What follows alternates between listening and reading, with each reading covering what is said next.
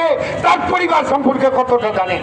তাই আজকে পরিষ্কার কথা, আজকে জ্যাকব মিল্টন যে ভাষায় আজকে আমাদের নেতাকে আজকে অপমান করেছে, পরিষ্কার বলতে চাই, যদি এটা গোটা বাংলাদেশে ছড়িয়ে পড়ে, যদি সে উচ্চ না করে, যদি গোটা বাংলাদেশে এই আন্দোলন ছড়িয়ে পড়ে, তাহলে প্রশাসনকে এর দায়ভার গ্রহণ করতে হবে।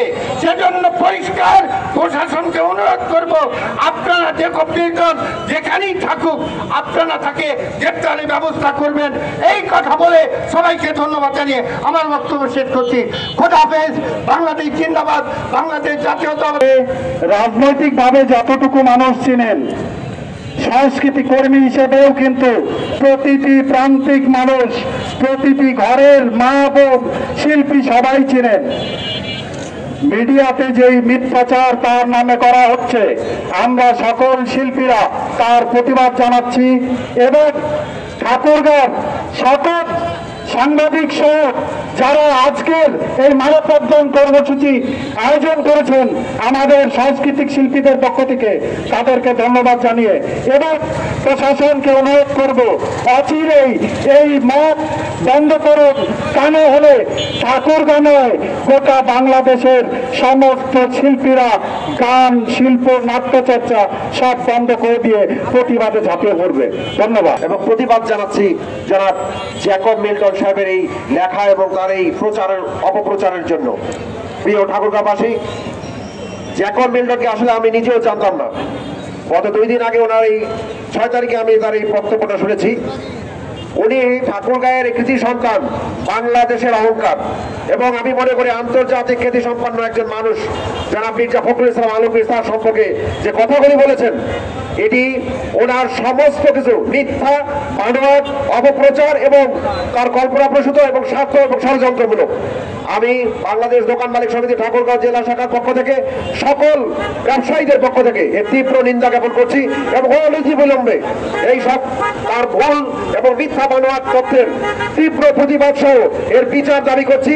অনতিবিলম্বে উনি বাংলাদেশের সকল জনগণের কাছে সর্বজন শ্রদ্ধেয় মির্জা ফখরুল ইসলাম আলমগীর এবং তার পরিবার সম্পর্কে যে নিন্দনীয় কথাবার্তা বলেছেন এই সম্পর্কে উনি সবার কাছে ক্ষমা প্রার্থনা করবেন এবং আমরা সরকারের কাছে তীব্র দাবি জানাচ্ছি যে অনতিবিলম্বে তাকে বাংলাদেশে নিয়ে আসে দৃষ্টান্তমূলক শাস্তির ব্যবস্থা করবেন। আমি অসংখ্য ধন্যবাদ জানাচ্ছি আয়োজক সকলকে, বিশেষ করে বিশাল ভাইকে এবং এখানে যারা উপস্থিত হয়েছেন, অংশগ্রহণ করেছেন, সম্মানিত ঠাকুরগাঁওবাসীর পেশাজীবী সকল সংগঠনের সকল নেতৃবৃন্দকে ধন্যবাদ। আসসালাম।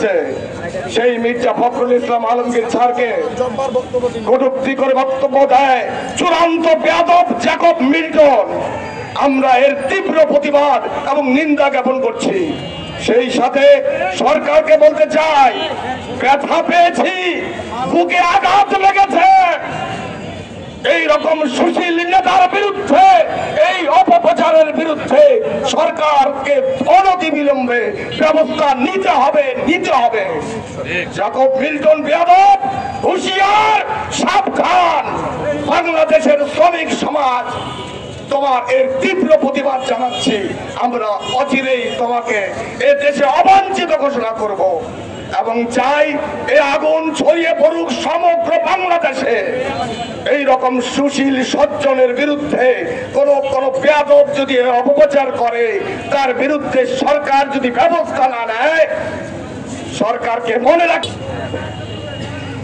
বাংলাদেশের আমি মোহাম্মদ জাকিরুল ইসলাম জাকির, বাংলাদেশ শিক্ষক সমিতি ঠাকুরগাঁও জেলার অর্থ সচিব এবং সমগ্র শিক্ষকদের পক্ষ থেকে আমি দুটো কথা বলতে চাই আজকের এই প্রতিবাদ সভায়।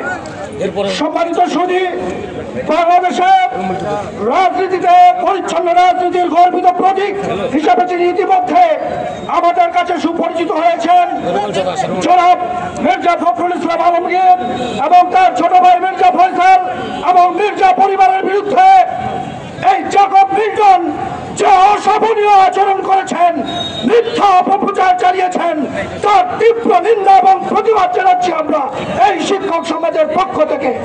সংগ্রামী সুধী, আমি জ্যাকব মিল্টনকে উদ্দেশ্য করে শুধু একটি কথা বলতে চাই। তার ভয়েস আমি নিজেই শুনেছি। তিনি মির্জা ফখরুল ইসলাম আলমগীরকে একটু সম্বোধন করেছেন মাদারচোদ হিসাবে এবং তারপরে আরো অনেক খারাপ ব্যবহার করেছেন। আমি তাই সবিনয়ে বলতে চাই, আপনি আসলে সুশিক্ষিত সাংবাদিক কিনা প্রশ্ন দেখা দিয়েছে। আপনাকে অনুরোধ করবো না, আপনাকে পরামর্শ দেব, আপনি আপনার ভাষা মার্জিত করুন, না হলে শিক্ষক সমাজ আপনার বিরুদ্ধে সব সময় সোচ্চার থাকবে। আপনাকে বলতে চাই, বাইরের মাটিতে বসে এই সমস্ত অপপ্রচার করছেন, বাংলাদেশের মাটিতে ইলিয়ট, মিল্টন, পিনাকিরা যেদিন আসবেন সেদিন আপনার পায়ে দেওয়া পাঞ্জাবি পোশাক থাকবে না। আমি আর বক্তব্য না, আমি ধন্যবাদ জানাই পেশাজীবী ভাইদেরকে, ধন্যবাদ জানাই সাংবাদিক ভাইদেরকে, যে ঠাকুরগাঁর শ্রমিক ভাইদেরকে, শিক্ষক সমাজকে, বিভিন্ন পেশার মানুষকে, যা আপনারা সবাই আজকে এই ডাকে সাড়া দিয়েছেন।